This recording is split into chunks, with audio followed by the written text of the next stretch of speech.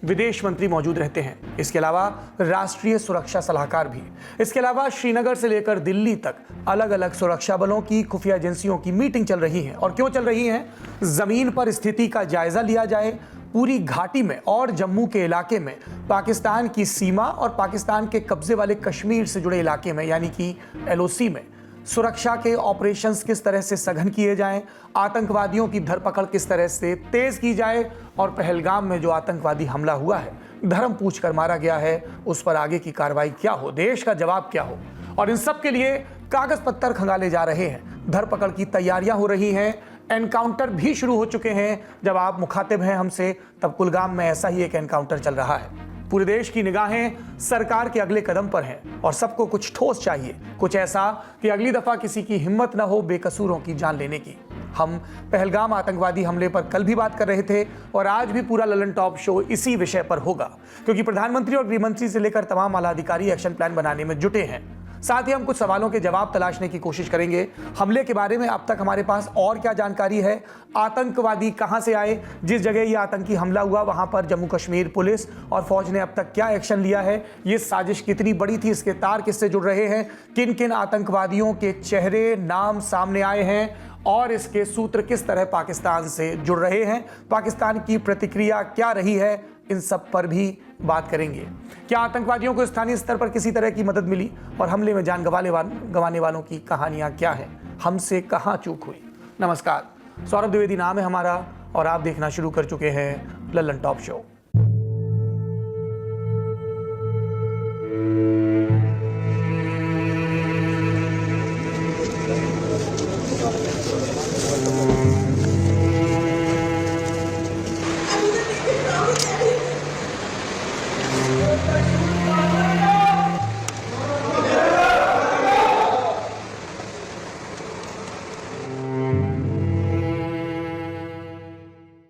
ये मंजर दिल तोड़ने वाला है। भारतीय नेवी के लेफ्टिनेंट रहे विनय नरवाल की पत्नी हिमांशी पति के पार्थिव शरीर के सामने विलाप कर रही हैं और उनका दुख हर भारतीय की छाती में महसूस हो रहा है। हर किसी को उन पर यानी विनय पर गर्व होना चाहिए, कहते हुए हिमांशी रो रही हैं। विनय समेत 26 लोगों को आतंकवादियों ने 22 अप्रैल के दिन पहलगाम में मार डाला।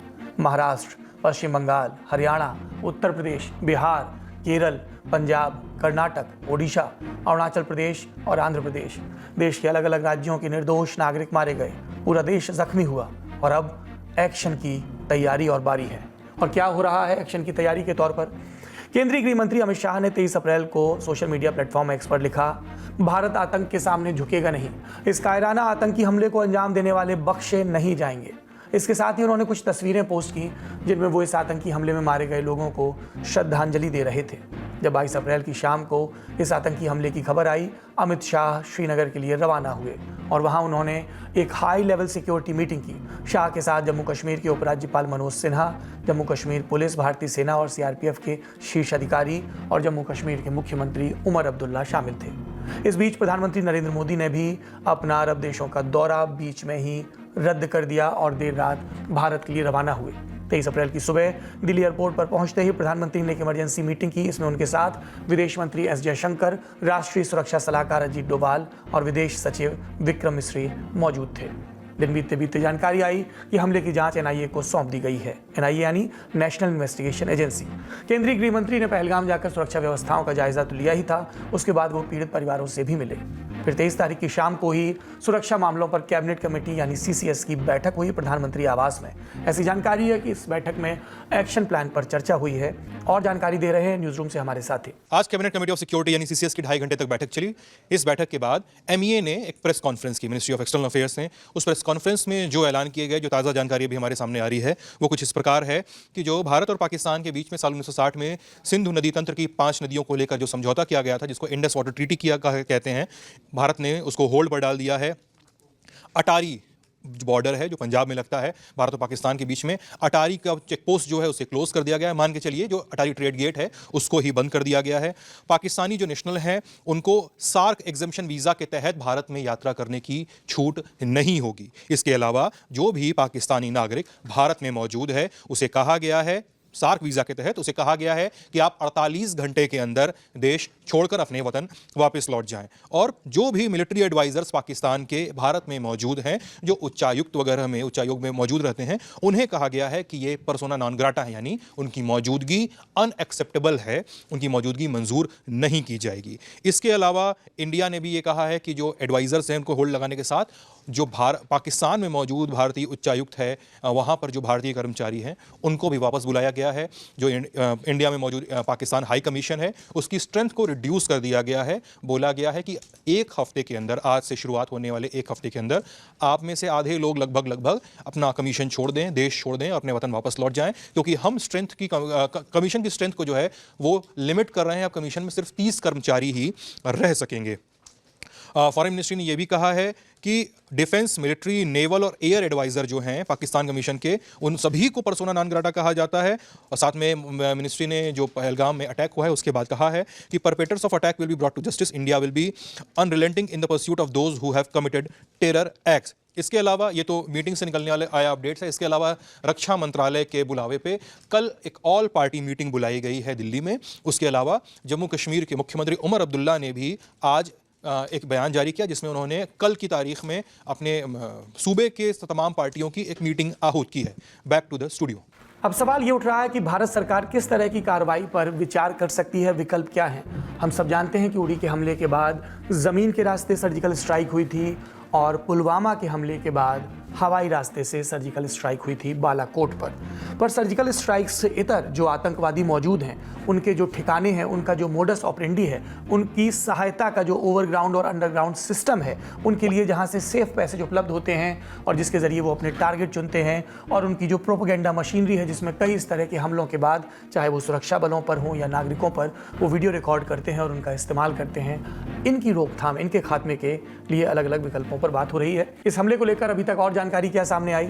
आतंकवादियों ने शातिर तरीके से प्लान बनाया, भेष बदल कर आए।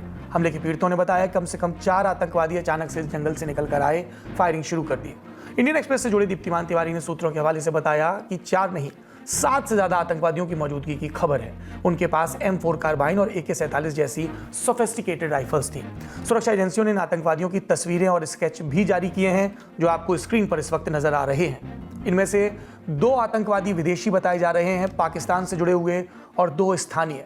ये भी सामने आया है कि ये आतंकवादी पश्तो भाषा में बात कर रहे थे और इसीलिए सुरक्षा एजेंसियों को अंदेशा है कि ये पाकिस्तान के हैं। शुरुआती जांच में सामने आया है कि इन आतंकवादियों को पाकिस्तान में ट्रेनिंग दी गई थी। इन्होंने कैमरे वाले हेलमेट पहन रखे थे, हमले से पहले इलाके की रेकी की थी। इन आतंकवादियों के पास मिलिट्री जैसे अत्याधुनिक हथियार थे ही, साथ ही ड्राई फ्रूट्स और दवाइयाँ भी थी। लश्कर के टॉप कमांडर सैफुल्लाह कसूरी को इस जनसंहार का, इस आतंकवादी हमले का मास्टरमाइंड बताया जा रहा है। इंडिया टुडे से जुड़े मुनीश चंद्र पांडे की रिपोर्ट के मुताबिक सुरक्षा एजेंसियों के सूत्रों ने कुछ और बातें भी बताई। पहली बात, लश्कर ए तैयबा के एक जो फर्जी फ्रंट है, जो उन्होंने नाम के लिए खोल रखा है TRF, द रेजिस्टेंस फ्रंट, इसके फाल्कन स्क्वाड के जरिए इस हमले को अंजाम दिया गया। इस स्क्वाड को हाल ही में हथियारों का जखीरा भेजा गया था। फाल्कन स्क्वाड सोशल मीडिया के जरिए युवाओं की भर्ती कर रहा है। इंटेलिजेंस के इंटरसेप्ट्स में इस बात की पुष्टि भी हुई कि आतंकवादी अपने हैंडलर्स के संपर्क में थे। इस बातचीत के डिजिटल फुटप्रिंट्स पाकिस्तान के कब्जे वाले कश्मीर में स्थित मुजफ्फराबाद और पाकिस्तान के कराची शहर तक जाते हैं। मतलब इस आतंकी हमले को केवल एक स्टैंड अलोन एक्ट की तरह नहीं देखा जा सकता है, इसके तार बहुत सी जगहों से जुड़ रहे हैं। इसी के लिए भी ये कहना कि एग्जैक्टली कैसे हुआ थोड़ा मुश्किल होगा। हमने जो बात की जो इंटेलिजेंस में, खासतौर पर जो मिलिट्री इंटेलिजेंस में लोग हैं, उन लोगों से भी अभी भी वो पूरी कड़ियों को जोड़ रहे हैं। कुछ चीज़ें जो बिल्कुल ही साफ हैं, इस तरह की गतिविधि कोई लोन वुल्फ अटैक नहीं कर सकता। कुछ 4 लोग बैठ के, 6 लोग बैठ के आपस में प्लानिंग नहीं कर सकते। इसमें आपको कहीं ना कहीं मिलिट्री सपोर्ट चाहिए होता है, जिसे हम कहते हैं कमांड एंड कंट्रोल सेंटर होना चाहिए। जैसा कि हमने 26/11 में देखा था। 26/11 में command and control centre Pakistan में था और यहाँ पे एग्जीक्यूट किया जा रहा था। अभी तक के जो भी सबूत सामने आए हैं, उसके आधार पर इस बात में कोई शंका नहीं है कि कहीं ना कहीं कमांड एंड कंट्रोल मौजूद था। सैटेलाइट फोन्स का इस्तेमाल हुआ था, रेकी की गई थी। अगर आप गाड़ी लेके जाना भी चाहें तो वहाँ पहुँच नहीं पाएंगे। तो इस तरह के जगह की रेकी की गई थी, इसकी पहचान की गई थी कि क्यों इस जगह को ही टारगेट किया जाए। जहाँ तक सवाल आता है कि क्यों एक पैटर्न को तोड़ा गया, सैलानियों को, टूरिस्ट पे अटैक नहीं होते थे कश्मीर में, क्यों इस पैटर्न को आखिर तोड़ा गया? इसमें कई थियरीज हैं। जो सबसे प्रबल थियरी जो अभी हमें सुनने में मिल रहा है, जो दिल्ली के ही सोर्सेस हैं वो ये बता रहे हैं कि कहीं ना कहीं पाकिस्तान में जो प्रो टेरर एलिमेंट्स हैं, खासतौर पर पाकिस्तान की मिलिट्री में, उनके पास अब बहुत कम विकल्प बचे हैं। वो भारत के मेन स्ट्रीम शहरों से कट गए हैं। आपने बहुत सालों से नहीं सुना होगा कि दिल्ली में, मुंबई में या बेंगलोर में कोई धमाका हो गया, ऐसा होता नहीं है। अब भारत की इंटेलिजेंस बेहतर हो गई है, कश्मीर में भी उतना आसान नहीं रह गया। तो ऐसे इलाके जहां माना जाता था कि वहां पे रिस्क नहीं है, उसको पकड़ा गया, क्योंकि ये उम्मीद नहीं थी कि सैलानियों से भरे जगह पे हमला होगा, क्योंकि स्थानीय कारोबार को नुकसान पहुंचेगा। अगर स्थानीय कारोबार को नुकसान पहुंचा तो आतंकियों को कभी लोकल सपोर्ट नहीं मिलेगा।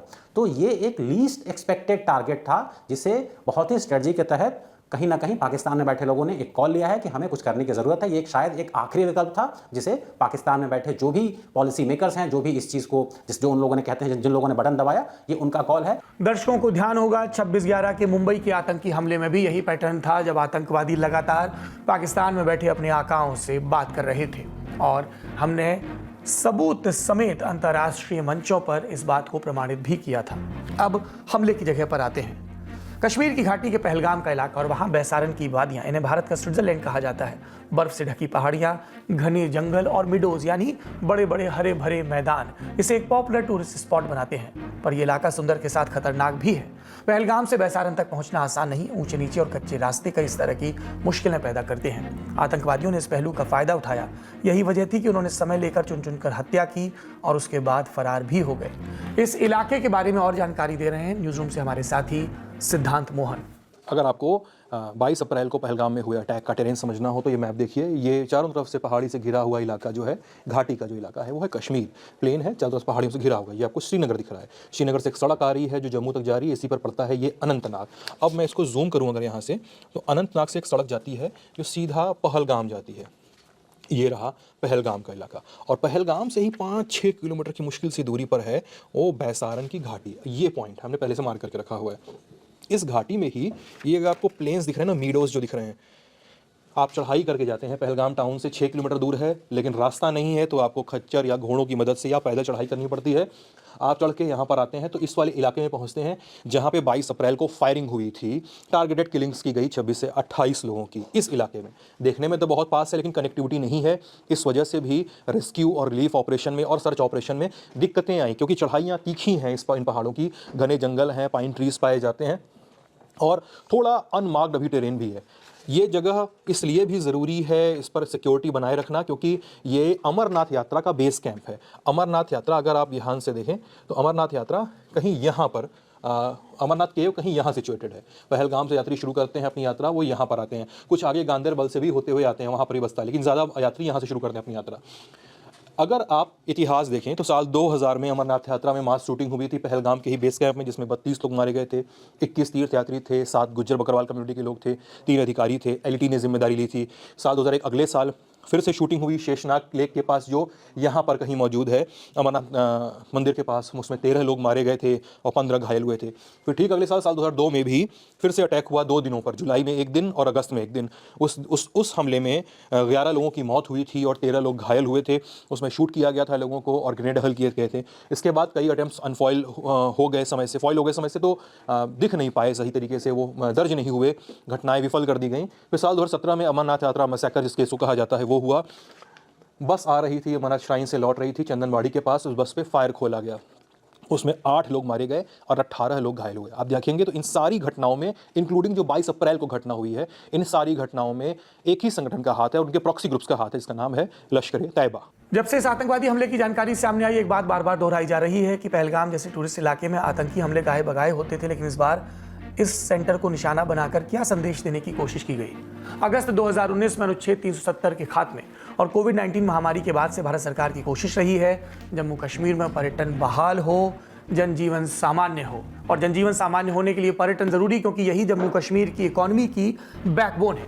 जम्मू कश्मीर के टूरिज्म डिपार्टमेंट ने इस संबंध में कुछ आंकड़े दिए हैं। आप बरस देखिए और पर्यटकों की संख्या जो 2 खांचे में बटी होगी। एक, जम्मू कश्मीर गए कुल टूरिस्ट और उसमें भी कश्मीर घाटी में गए टूरिस्ट। 2018 में कुल टूरिस्ट थे 1,63,00,000 और कश्मीर घाटी में 8,30,000 से ज्यादा टूरिस्ट। 2019 में कश्मीर घाटी के लिए आंकड़ा घटकर 5,65,000 हुआ, लेकिन अगले बरस महामारी का साया था तो और घटा और 41,000 पर ही रह गया। उसके बाद 2020 के बाद से वापस से टूरिस्ट का रुख शुरू हुआ। 2021 में घाटी में 6,65,000 टूरिस्ट पहुंचे। 2022 में यह संख्या और कई गुना बढ़ी, 26,73,000 हुई।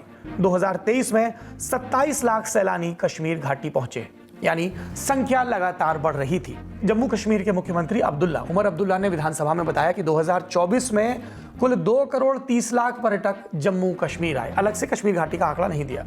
यानी कश्मीर घाटी के लिए टूरिज्म बहुत जरूरी है, और जब यह फलता फूलता है तो पूरी दुनिया में एक संदेश जाता है कि पाकिस्तान के प्रोपेगेंडा से उलट कश्मीर की घाटी में स्थिति सामान्य है, वहां के नागरिक आतंकवाद का समर्थन नहीं कर रहे हैं, मुख्य धारा में शामिल हो रहे हैं।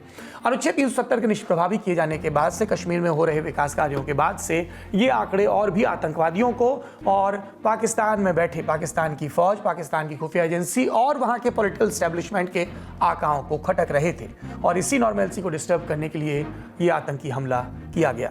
इसकी टाइमिंग देखिए, जिस समय अमेरिका के उपराष्ट्रपति जेडी वेंस भारत के दौरे पर हैं, जिस समय प्रधानमंत्री नरेंद्र मोदी अरब देशों के दौरे पर हैं, तब यह हमला किया गया।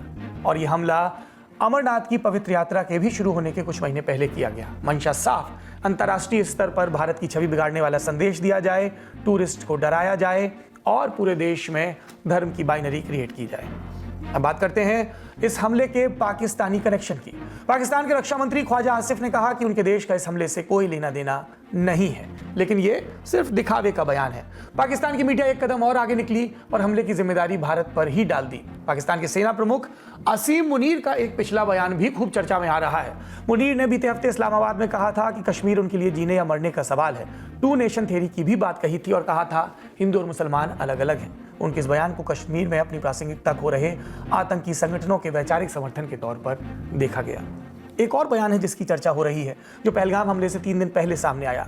लश्कर का कमांडर आतंकवादी अबू मूसा रावलकोट में एक रैली को संबोधित कर रहा था। पाकिस्तान के लिए एक सामान्य स्थिति है जहां पर आतंकवादी बड़ी बड़ी रैलियों को, सभाओं को संबोधित भी करते रहते हैं और आतंकवादियों की भर्ती भी करते रहते हैं। ये उनके लिए रोजगार का एक साधन भी रहता होगा शायद। मूसा ने इस रैली में, इस मजलिस के दौरान नफरत से सने भाषण दिए और कहा कि कश्मीर में वो जिहाद जारी रखेगा। इंडिया टुडे की रिपोर्ट के मुताबिक जम्मू कश्मीर में पिछले 1 साल में इस तरह के भाषण की तस्दीक करने वाले कुछ आतंकवादी हमले भी हुए हैं। कुल जमा 15 बड़े आतंकवादी हमले, और ज्यादातर के तार पाकिस्तान से जुड़े हैं। इनपुट ये भी बताता है कि जम्मू कश्मीर में लश्कर और उसके प्रॉक्सी संगठन TRF की गतिविधियां बढ़ रही हैं। ऐसे में सवाल ये कि क्या ये एक बड़ी साजिश का, बड़े पैटर्न का हिस्सा है, क्योंकि कुछ ही महीने पहले जम्मू कश्मीर में बाकायदा लोकतांत्रिक ढंग से चुनाव हुए थे और चुनी हुई सरकार भी आ गई, जिसके बाद से पाकिस्तान के दुष्प्रचार का एक बड़ा हिस्सा भी शांत हो गया, क्योंकि वो बार बार कह रहे थे कि चुनी हुई सरकार नहीं है। सवाल और भी हैं। इंडियन एक्सप्रेस से जुड़े महेंद्र सिंह बरनाल की रिपोर्ट के मुताबिक सूत्रों ने बताया कि हमले से कुछ दिन पहले इंटेलिजेंस एजेंसियों ने अलर्ट भेजा था, इनपुट भेजा था कि एक आतंकी समूह नॉन रेजिडेंट्स पर, बाहरी लोगों पर हमले की प्लानिंग कर रहा है। IED ब्लास्ट भी हो सकता है, लेकिन ये इंटेलिजेंस इनपुट बहुत स्पेसिफिक नहीं था लोकेशन के हिसाब से, या फिर मोडस ऑपरेंडी के हिसाब से, या फिर यह भी हो सकता है कि इंटेलिजेंस इनपुट आए हो, उनको सही समय पर प्रोसेस ना किया गया हो। इस समय सुरक्षा एक्सपर्ट हर तरह की आशंका पर, हर तरह की कमी पर विचार कर रहे हैं। इसलिए यह पूछा भी जा रहा है कि क्या कोई एक्शनेबल इनपुट था, अगर हां तो क्या तैयारी की गई। इन सवालों के जवाब मिलने अभी बाकी हैं। इस बीच जम्मू कश्मीर का हाल क्या है? वहां पर इस आतंकवादी हमले के विरोध में प्रदर्शन हो रहे हैं। कश्मीर के अखबारों ने अपने पहले पन्ने को काला करके छापा, शोक की तरह। हमले के विरोध में घाटी के कई स्कूल, कॉलेज और बाजार बंद रहे। जम्मू में भी इसी तरह के दृश्य देखे गए। स्थानीय लोग कह रहे हैं इस बर्बरता को सहन नहीं किया जाएगा। ग्राउंड पर मौजूद हैं ललन टॉप के साथी अभिनव पांडे और राशिद। उनकी रिपोर्ट का यह हिस्सा देखिए।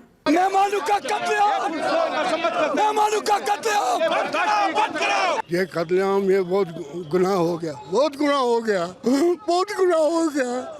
ये हमने वो मुसलमान नहीं है, वो किसी भी मजहब का नहीं है, वो किसी के मजहब का नहीं है। ये उन्होंने बहुत कश्मीरियों का कत्ल किया, कश्मीर को कत्ल किया, पूरे इंडिया को कत्ल किया। उसको फांसी देना चाहे इधर इस घंटाघर पर उसको फांसी दे दो। हम साथ हो गए, हम साथ हो गए, हम साथ हो गए, उसको इधर फांसी दे दो। उन्होंने हमारे बच्चों को मार दिया, उन्होंने हमारे, वो मेरी बेटी थी, वो मेरा भाई था, वो मेरा लड़का था, वो हर कोई मेरी बहन है, बेटी है, माँ है, भाई है, बुजुर्ग भी है उसने, उन्होंने बहुत हमें दुख दिया, बहुत दुख दिया। ये जो हादसा हुआ है इस पे मुझे अफसोस है, लेकिन जो ये बात हो रही है ना कि कश्मीर ने किया है, लेकिन कश्मीरी लोग ऐसे नहीं हैं। हम कश्मीरी लोगों के साथ हैं, कश्मीरी लोग हमारे साथ हैं। मुझे 5 साल में अपना घर भूल गया है, जहाँ पे आके मुझे अपना पंजाब का घर भूल गया है कि मुझे कश्मीरियों ने इतना सहयोग दिया है। और कश्मीरी लोग ऐसा नहीं सोच सकते हैं। बाकी जिन्होंने जो किया है उनको सज़ा होनी चाहिए। इस दहशतगर्दी की जितनी भी मजम्मत की जाए बहुत कम है। कल से हम खाना नहीं खा रहे, कल से हम चाय नहीं पी रहे, और ये हम दिल से बोल रहे हैं, क्योंकि ये हमारी भाई है, बहन है, हमारी रोजी रोटी का सवाल है। और आज ये इंसानियत शर्मिंदा है, पूरी दुनिया में इंसानियत शर्मिंदा है कि ऐसा वाक़ा नहीं होना चाहिए। मगर हम लेफ्टिनेंट गवर्नर से कहना चाहते हैं कि आप किसको अकाउंटेबल ठहराओगे? सिक्योरिटी आपके अंडर आती है। आज आप स्टेट गवर्नमेंट को सवाल नहीं पूछ सकते हो। आज आप लेफ्टिनेंट गवर्नर से सवाल पूछ सकते हो, जो कहते हैं कि नया कश्मीर नया कश्मीर। 70 साल में मैं 31 साल का हूँ, मैंने आज तक ये वाक़ा नहीं देखा है। आंखों में आंसू है, दिल रो रहा है, कहे तो किसको कहेंगे? हमले में अभी तक हम जानते हैं कि 26 लोगों की मौत की पुष्टि हो चुकी है। इनके नाम आप इस समय स्क्रीन पर देख रहे हैं, लेकिन ये सिर्फ नाम नहीं है। इनमें से हर किसी की अपनी एक कहानी थी। किसी की 4 दिन पहले शादी हुई, कोई जीवन की तमाम दुश्वारियों के बीच घर वालों के साथ सुकून के 2 लम्हे बिताने गया, और इनमें से शायद ही किसी ने सोचा होगा कि उनकी हंसती खेलती जिंदगी अचानक से बर्बर तरीके से खत्म कर दी जाएगी। हमारी संवेदनाएं मृतकों के घर वालों और उनके करीबियों के साथ हैं, और हम उम्मीद करते हैं कि हमारी सरकार, हमारी एजेंसियां, हमारे सुरक्षा बल जल्द से जल्द इस हमले के जिम्मेदार लोगों को उनके सही अंजाम तक पहुंचाएंगे। इस दौरान जो भी मीटिंग्स हो रही हैं, जो भी अपडेट आ रहे हैं, उनके बारे में लेटेस्ट जानकारी के लिए एक बार फिर से रुख करते हैं न्यूज़ रूम का। पहलगाम के अलावा कश्मीर के